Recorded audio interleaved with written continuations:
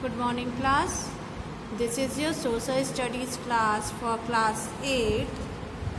So in today's class we are going to start our next chapter, that is chapter number 4, the judiciary, which is given at page number 147.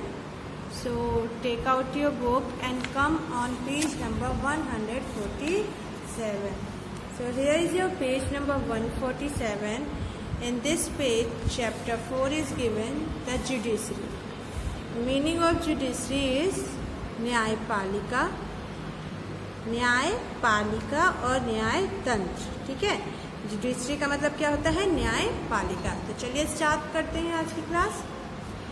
We have two sets of government, one for the center and the other for the state. हमारे देश में दो set हैं, दो स्तरीय government है. एक जो है सेंट्रल लेवल पे होती है, एक राज्य का मतलब केंद्रीय स्तर पे और राज्य स्तर पे जो गवर्नमेंट होती है. दो स्तर पे गवर्नमेंट होती है, केंद्रीय और राज्य पे. ठीक है.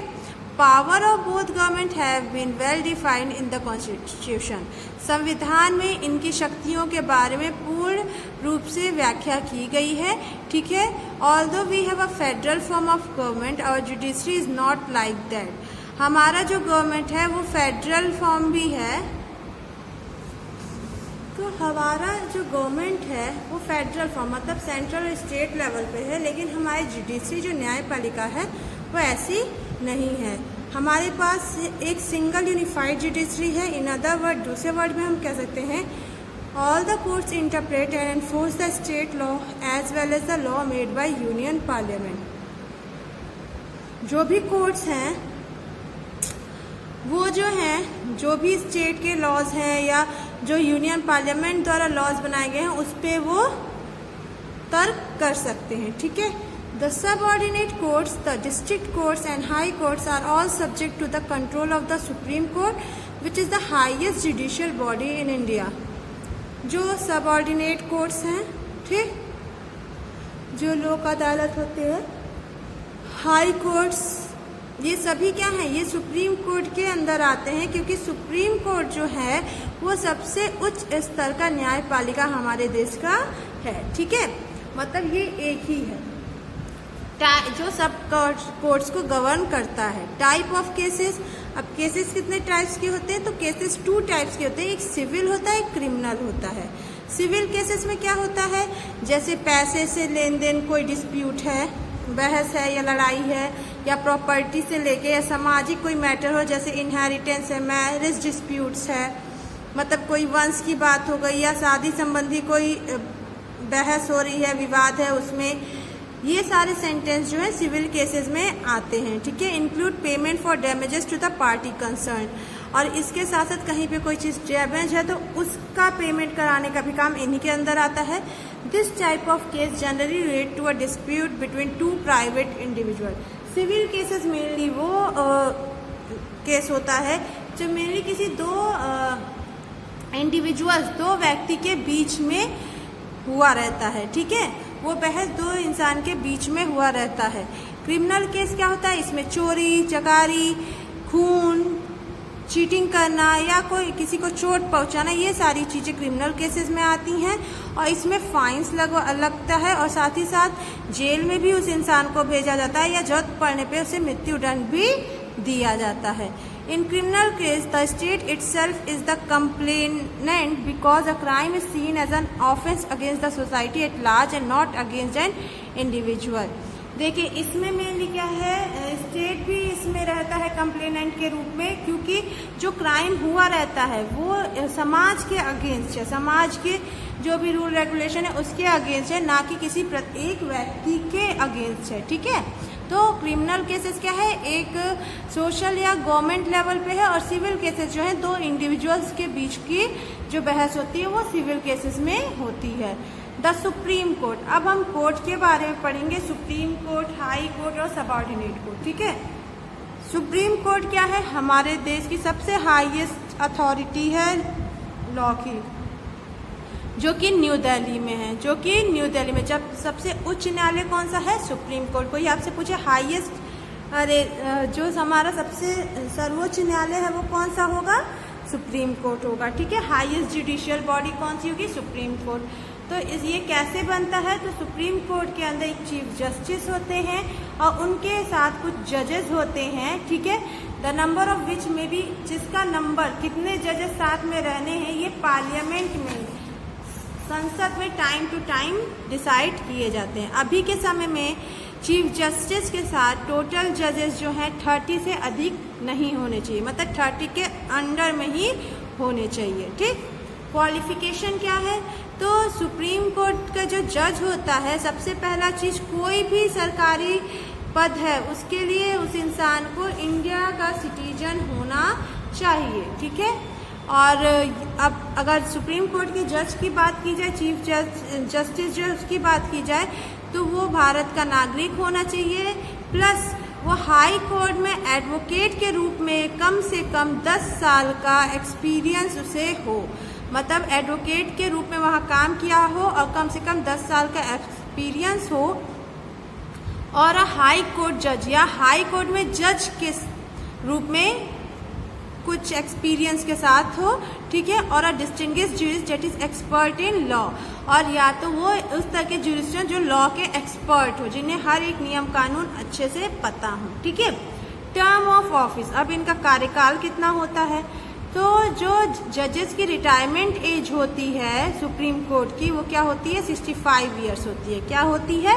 65 ईयर्स होती है। But it found guilty of misuse of authority, a resolution will be passed in both the houses of the parliament for the removal of guilty person and impeachment procedure will commence। देखिए, अगर लेकिन समय से पहले वो कुछ गलत चीज़ों में पकड़ाते हैं तो क्या होता है, जो लोकसभा और राज्यसभा में है वहाँ पे इसके खिलाफ चर्चा होती है, उनको हटाने के लिए कार्य बहुमत से ये चीज़ें डिसीजन लिया जाता है और फिर उनका महाभियोग हो जाता है। सो फार नो इंडियन जज हैज़ बीन इम्पीच्ड, अभी तक मतलब कोई भारतीय जज जो है वो इम्पीच्ड नहीं, मतलब उनको हटाया नहीं गया है समय से पहले, ठीक है। अपॉइंटमेंट्स एंड कोलेगियम, अपॉइंटमेंट्स एंड कोलेगियम क्या है? जजेस, मतलब नियुक्ति की बात यहाँ पे की जा रही है। जो सुप्रीम कोर्ट है, जजेस of supreme court used to be appointed by the, ये किसके द्वारा अपॉइंट किए जाते हैं? तो भारत के राष्ट्रपति द्वारा, मतलब president of India, who acted on the advice of union cabinet. लेकिन वो सुप्रीम कोर्ट का जज प्रेसिडेंट ऑफ इंडिया तो अपॉइंट करते हैं, लेकिन किसके सलाह पे? यूनियन कैबिनेट, मतलब प्राइम मिनिस्टर जो होते हैं उनकी सलाह पे। Subsequent to the rulings in the different cases, the president has to appoint judges who have been chosen by the Supreme Court's collegium। देखिए, अब कुछ जजेस जो उनके साथ हैं वो भी प्रेसिडेंट अपॉइंट करते हैं, लेकिन उसमें किसके साथ होता है? सुप्रीम कोर्ट के जो जज होते हैं उनके सलाह के अंडर में होता है। उनका एक कोलेगियम होता है, मतलब एक ग्रुप होता है, एक close group comprising the chief justice of India and 4 senior most associate जज ऑफ द कोर्ट। देखिए, वो सुप्रीम कोर्ट कोलेगियम क्या है? उसमें क्या है? जज भी चीफ जस्टिस होता है देश का, और साथ ही साथ 4 सबसे सीनियर एसोसिएट जज उस कोर्ट के जो होंगे वो उसमें शामिल होते हैं। उनके डिसीजन पे, उनकी सलाह पे ही प्रेसिडेंट जो है अदर जजेस को अपॉइंट करती हैं। It is noteworthy that the Union Cabinet and Parliament have almost no role to play in the appointment of judges to the Supreme Court or to any of India's 24 High Courts। ये ध्यान रखिएगा कि union cabinet और parliament का कोई role नहीं होता है सुप्रीम कोर्ट और पूरे देश में जो 24 हाई कोर्ट्स हैं उनके जजेस को अपॉइंट करने में कोई उनका योगदान नहीं होता है, ठीक है, लगभग कोई योगदान नहीं होता है, ठीक। पे एंड अलाउंसेस, मतलब उनको जो सैलरी, जो भत्ता मिलता है उसकी बात यहाँ पे बताई जा रही है। जो मंथली सैलरी होती है चीफ जस्टिस की सुप्रीम कोर्ट की, वो कितनी होती है? 2,50,000, और जो अदर जजेस उनके साथ होते हैं उनकी सैलरी क्या होती है? 2,25,000 पर मंथ। मतलब 1 लाख में एक मंथ महीने में चीफ जस्टिस 2.5 लाख कमाते हैं, और चीफ जस्टिस के साथ जो अदर जजेस हैं जो 30 नंबर से कम होने चाहिए वो 2,25,000 पर मंथ पाते हैं, ठीक। नेक्स्ट है power and function of supreme court. अब यहाँ पे सुप्रीम कोर्ट के जो चीफ जस्टिस हैं उनके पास क्या पावर है, क्या शक्ति है, क्या कार्य हैं, उसको हम देखेंगे। ओरिजिनल ज्यूरिसडिक्शन मतलब मूल न्याय जो है, it has exclusive original jurisdiction over any dispute. ये किसी भी प्रकार की बहस के लिए होता है, चाहे वो गवर्नमेंट ऑफ इंडिया के बीच में हो, मतलब सेंट्रल गवर्नमेंट और स्टेट गवर्नमेंट के बीच में हो, गवर्नमेंट ऑफ इंडिया के बीच में हो, और किसी भी स्टेट या स्टेट ऑन द साइड और one more state on the other side, मतलब किस स्टेट के बीच में, सॉरी, गवर्नमेंट ऑफ इंडिया है, उसके साथ एक साइड से एक स्टेट है, दूसरे साइड से दूसरा स्टेट है, मतलब एक से अधिक स्टेट से अगर उनकी कोई बहस चल रही है, कहीं पे मतभेद मिला तो उसके लिए है। और दो स्टेट्स के बीच में भी जो बहस होती है, जो चीज़ें गड़बड़ होती हैं, वहाँ पे भी सुप्रीम कोर्ट वर्क करता है, ओरिजिनल जस्टिफिकेशन वहाँ पे होता है। If dispute involve any question on which existence of a legal right depend. अब दो स्टेट के बीच में अगर कोई बात, तो वहाँ पे तब होगा अगर वहाँ पे ये क्वेश्चन जो लीगल राइट्स हैं, जो बने हुए लीगल राइट्स, उस पर क्वेश्चन उठता है, तब ये लोग उसमें शामिल होते हैं, मतलब ओरिजिनल जस्टिफिकेशन तब वो होता है, मूल न्याय वहाँ पे होता है। एपीलेट जस्टिफिकेशन क्या होता है? जो अपीली न्याय होता है। Supreme court exercises appellate justification over. अब ये कब होता है? केस जो high court cases brought in appeal against the decision of high court. High court में कोई केस आया है और उसका डिसीजन अगर सामने वाले को नहीं सही लगा है, तब वो सुप्रीम कोर्ट में अपील करते हैं। Cases involving interpretation of the constitution. अगर किसी चीज में कोई ऐसा केस है जिसमें संविधान के तथ्य आ रहे हैं सामने, तो उसके लिए वो केस हो सकता है। ठीक है। Cases that require the review of the supreme court own judgment. Case वो केसेस भी होता है जिसमें सुप्रीम कोर्ट उस पर रिव्यू दे, मतलब उस पर अपना खुद का जजमेंट दे। नेक्स्ट है एडवाइजरी ज्यूरिसडिक्शन। एडवाइजरी ज्यूरिसडिक्शन क्या है? Supreme court has an advisory jurisdiction. It empowers the president to seek the court's advisory opinion on any question of law or fact. Such advice, however, is not binding on the president. देखिए यहाँ पे main सलाहकार के रूप में कार्य करता है, तो कोई भी न्यायपालिका वो सलाहकार के रूप में तो कार्य करेगी ना, हाँ, कि जो भी है, लेकिन ये किसी भी लॉ और फैक्ट से है उस पर वो अपना ओपिनियन दे सकते हैं। ठीक है। Supervisory jurisdiction. Supreme Court supervises the functioning of all the supervisory jurisdiction क्या है? अभी पता है कि सुप्रीम कोर्ट के कंट्रोल में ही सारे हाई कोर्ट्स होते हैं और जो भी सबऑर्डिनेट कोर्ट्स हैं ये सब उनके अंडर में ही आते हैं, तो ये भी पावर उनको मिला है। Court of record. Supreme court keeps record of all its decision and they assume the character of law. No decision of supreme court can be challenge in any court of India. Supreme court जो है वो record रखते हैं जितने भी अभी तक उन्होंने डिसीजन लिए हैं। ठीक है। और कोई भी डिसीजन जो है वो किसी देश के किसी भी कोर्ट में उसको चैलेंज नहीं किया जा सकता है। Protection of fundamental right. और सबसे लास्ट इनका कार्य क्या है? फंडामेंटल जो हमारे मौलिक अधिकार हैं उनकी सुरक्षा करना। ठीक है। कि हर एक व्यक्ति जो है उस अधिकार को प्राप्त कर रहा है कि नहीं कर रहा है। ठीक है। अगर उससे संबंधित कोई इशू है तो वो भी वहाँ पे सॉल्व हो सकती है, मतलब इनका कार्य है उसको भी सॉल्व करना। ठीक है। नेक्स्ट है हाई कोर्ट। तो हाई कोर्ट क्या है? हर एक स्टेट में जो है हाई कोर्ट होता है। न्याय के लिए क्या होता है? High court. पूरे देश के लिए सुप्रीम कोर्ट एक ही होता है और हर एक स्टेट के लिए अपना एक हाई कोर्ट होता है। But the parliament has been given the power to put 2 or more state under the one high court. लेकिन कहीं कहीं ऐसा भी है कि 2 स्टेट्स को मिला के उनका एक ही हाई कोर्ट है, जैसे पंजाब और हरियाणा। पंजाब और हरियाणा का एक हाई कोर्ट है, कहाँ पे है? चंडीगढ़ में। और कुछ स्टेट हैं जैसे उत्तर प्रदेश जो है, इनका हाई कोर्ट कहाँ है? इलाहाबाद में। A bench at Lucknow, bench उसका कहाँ है? लखनऊ, मतलब उसका वन मोर कोर्ट, एक और कोर्ट है उसकी शाखा के रूप में, वो कहाँ है? लखनऊ है। Rajasthan has a seat of high court at Jodhpur and a bench at Jaipur. Rajasthan का हाई कोर्ट कहाँ है? जोधपुर में, और उसका बेंच कहाँ पे है? तो जयपुर में है। It depends on territorial extent. ये डिपेंड करता है कि जो टेरी है वो कितनी बड़ी है या पर्टिकुलर स्टेट की पॉपुलेशन कितनी है। अभी के समय में टोटल कितने हाई कोर्ट्स हैं हमारे देश में? तो 24 हाई कोर्ट्स हैं। ठीक, ये याद रखिएगा, टोटल हमारे देश में कितने हाई कोर्ट है? 24। जो यूनियन टेरिटरीज हैं वो किससे जुड़े होते हैं, जो उनके आसपास के स्टेट होते हैं उनके हाई कोर्ट से।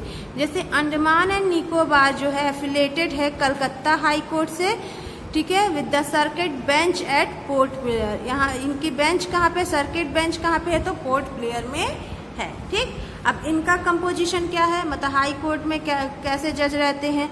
तो हाई कोर्ट में जो होते हैं वो कौन होते हैं, एक चीफ जस्टिस होते हैं और उनके साथ कई जजेस होते हैं, और वो जजेस कितने होते हैं डिपेंड करता है उस स्टेट के साइज पे, मतलब पॉपुलेशन पे।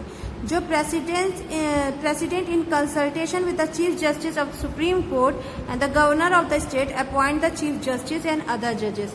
अब ये चीफ जस्टिस और जो अदर जजेस है उनका चुनाव कौन करता है, तो प्रेसिडेंट ही उन्हें नियुक्त करते हैं, लेकिन सुप्रीम कोर्ट और उस स्टेट के गवर्नर के सलाह पर। ठीक है, अदर जजेस जो अपॉइंट होते हैं वो प्रेसिडेंट ही करते हैं, लेकिन उसमें चीफ जस्टिस ऑफ इंडिया भी होता है, गवर्नर ऑफ द स्टेट भी होता है और chief justice of high court भी होता है। मतलब इन तीनों के सलाह पे बाकी जजेस को नियुक्त वो करते हैं। ठीक, to be eligible to be a जज ऑफ द हाई कोर्ट, अगर आपको हाई कोर्ट का जज बनना है तो सबसे पहला क्या है कि आपको भारत का नागरिक होना चाहिए और हाई कोर्ट में एडवोकेट के फॉर्म में कम से कम 10 साल कार्यरत होना चाहिए और a holder of a judicial office in India, या जो न्यायिक दफ्तर है उसमें कम से कम 10 साल तक का कार्यकाल आपका होना चाहिए, मतलब उसमें आप 10 साल तक कार्य किए हों। ठीक है, पे एंड अलाउंसेस, तो इनकी सैलरी क्या है, तो chief justice of high court को मिलता है 2,25,000 पर मंथ, जो कि सुप्रीम कोर्ट के चीफ जस्टिस के साथ जो जज हैं उनकी सैलरी होती है, सेम वही सैलरी यहाँ पे है। और जो हाई कोर्ट के चीफ जस्टिस हैं उनके साथ जो जजेस होते हैं उनको 2 लाख पर मंथ मिलता है, प्लस अलाउंसेस, मतलब अलग से भी सुविधाएं इन लोग को मिलती हैं। इन लोग को सैलरी के साथ अलग से भी सुविधाएं मिलती हैं और इन लोग में सिर्फ सैलरी होती है। ठीक है, सुप्रीम कोर्ट में सिर्फ सैलरी मिलती है, बट हाई कोर्ट में उनके साथ उनको साइड से भी व्यवस्थाएं मिलती हैं। टेन्यूर, तो इनका कार्यकाल क्या होता है, सुप्रीम कोर्ट के जजेस का 65 होता है, तो इनका 62 ईयर्स है। ठीक है, हालांकि ये रिजाइन कर सकते हैं अपने ऑफिस से प्रेसिडेंट को एड्रेस करके, मतलब उन्हें इन्फॉर्म करके। जो जजेस होते हैं हाई कोर्ट के उन्हें डिसमिस नहीं किया जाता है, ये इनको प्रेसिडेंट द्वारा हटाया जाता है इम्पीचमेंट के प्रोसेस से। ठीक उसी तरह से जैसे सुप्रीम कोर्ट में होता है कि लोकसभा राज्यसभा दोनों में उसके खिलाफ क्या होती है, चर्चा होती है, वोटिंग होता है, उस हिसाब से किया जाता है। पावर एंड फंक्शंस, तो पावर और फंक्शन क्या है, जैसे सुप्रीम कोर्ट है वैसे ही हाई कोर्ट के पास भी ओरिजिनल और एपिलेट ज्यूरिसडिक्शन होता है। जो केसेस फंडामेंटल राइट्स से रिलेटेड होते हैं वो ओरिजिनल ज्यूरिसडिक्शन होते हैं। Marriage, divorce also fall under the, ये भी ओरिजिनल ज्यूरिसडिक्शन के अंदर आते हैं। और अपील ज्यूरिसडिक्शन के अंदर क्या आते हैं, from district court in civil और क्रिमिनल केसेस। जो भी सिविल केसेस और क्रिमिनल केसेस होते हैं हाई कोर्ट के, वो इसके अंदर पे आते हैं। ठीक है, तो ये आपका हाई कोर्ट था। नेक्स्ट है जुडिशरी एट लोअर लेवल, निचले स्तर की न्यायपालिका जो है सबसे निचले स्तर की। तो सुप्रीम कोर्ट एकदम टॉप पे होते हैं, उसके बाद हाई कोर्ट होता है, मतलब सबसे पहले सुप्रीम कोर्ट होगा, फिर हाई कोर्ट होगा, फिर सब ऑर्डिनेट कोर्ट होता है। ठीक है, which comprises of session court, जिसको session court, district court, judicial magistrate और आगे और भी नाम है कहा जाता है। As far as the appointment to the lower courts are concern, the Indian judiciary is a career service. Candidate for the state judicial service sit in competitive exam after at least 3 year experience before the bar. The successful candidates are provided specialised, देखिए यहाँ के जो इसमें होते हैं main जो advocate या जो ऑफिसर्स होते हैं उनको इसके लिए कॉम्पिटिटिव एग्जामिनेशन देना पड़ता है स्टेट जुडिशियल सर्विस का। ठीक है, और 3 साल एक्सपीरियंस के।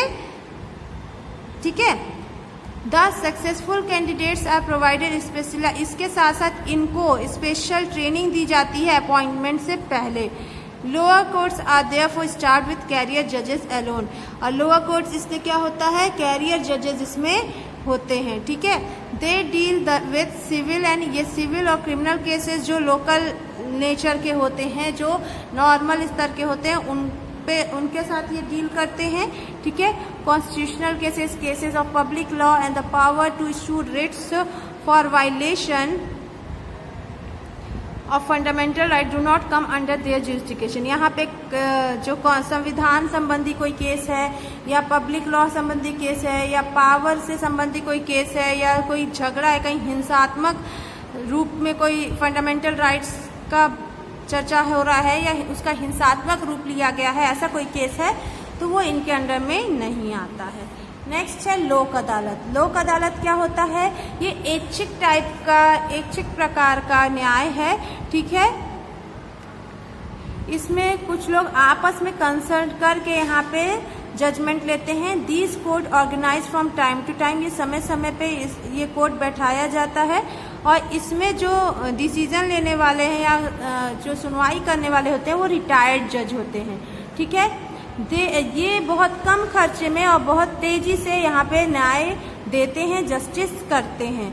जो पहला लोक अदालत है वो दिल्ली में 1985 में बैठाया गया था and in a single day और एक ही दिन में 150 केसेस उन्होंने सेटल किया था। मतलब फर्स्ट टाइम लोक अदालत कब बैठी थी?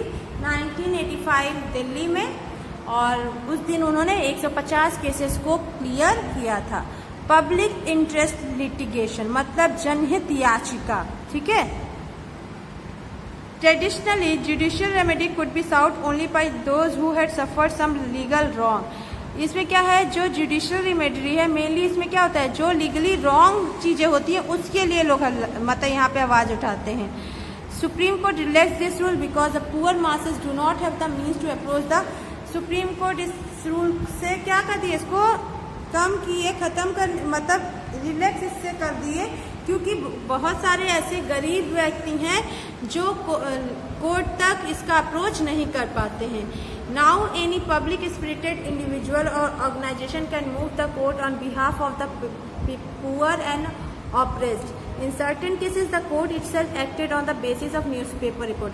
तो यहाँ पे क्या होता है, पब्लिक स्पिरिट इंडिविजुअल या कोई संस्था है वो उनके जगह पे कोर्ट में जा सकती है, आवाज उठा सकती है, और ऐसे केसेस में कोर्ट खुद अपने ओर से कार्य करता है, जैसा कि न्यूज़पेपर के रिपोर्ट में वो पढ़ते हैं, ठीक है।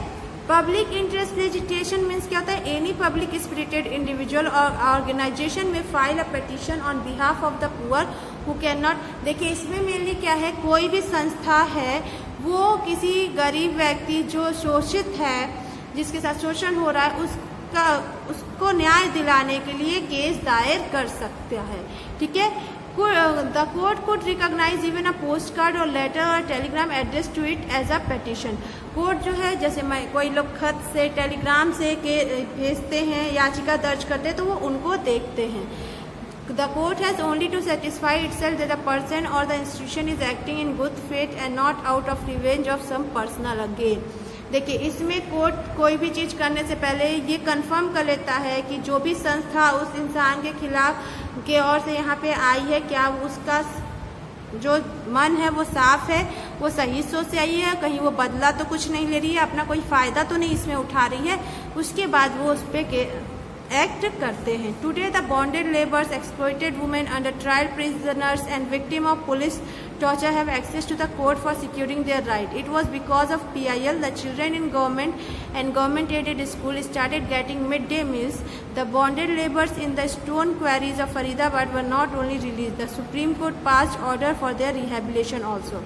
अभी के टाइम में जो लेबर्स हैं या शोषित महिलाएं हैं या कोई प्रिजनर्स हैं, कोई विक्टिम है जो पुलिस जिनको टॉर्चर कर रही है, वो लोग ये PIL के वजह से ही क्या है अपने राइट्स को सिक्योर करने के लिए वहाँ जा पा रहे हैं, और सिर्फ PIL के वजह से ही ये है कि जो भी सरकारी और अर्ध सरकारी स्कूल है वहाँ पे मिड डे मील भी मिल रहा है, ठीक है।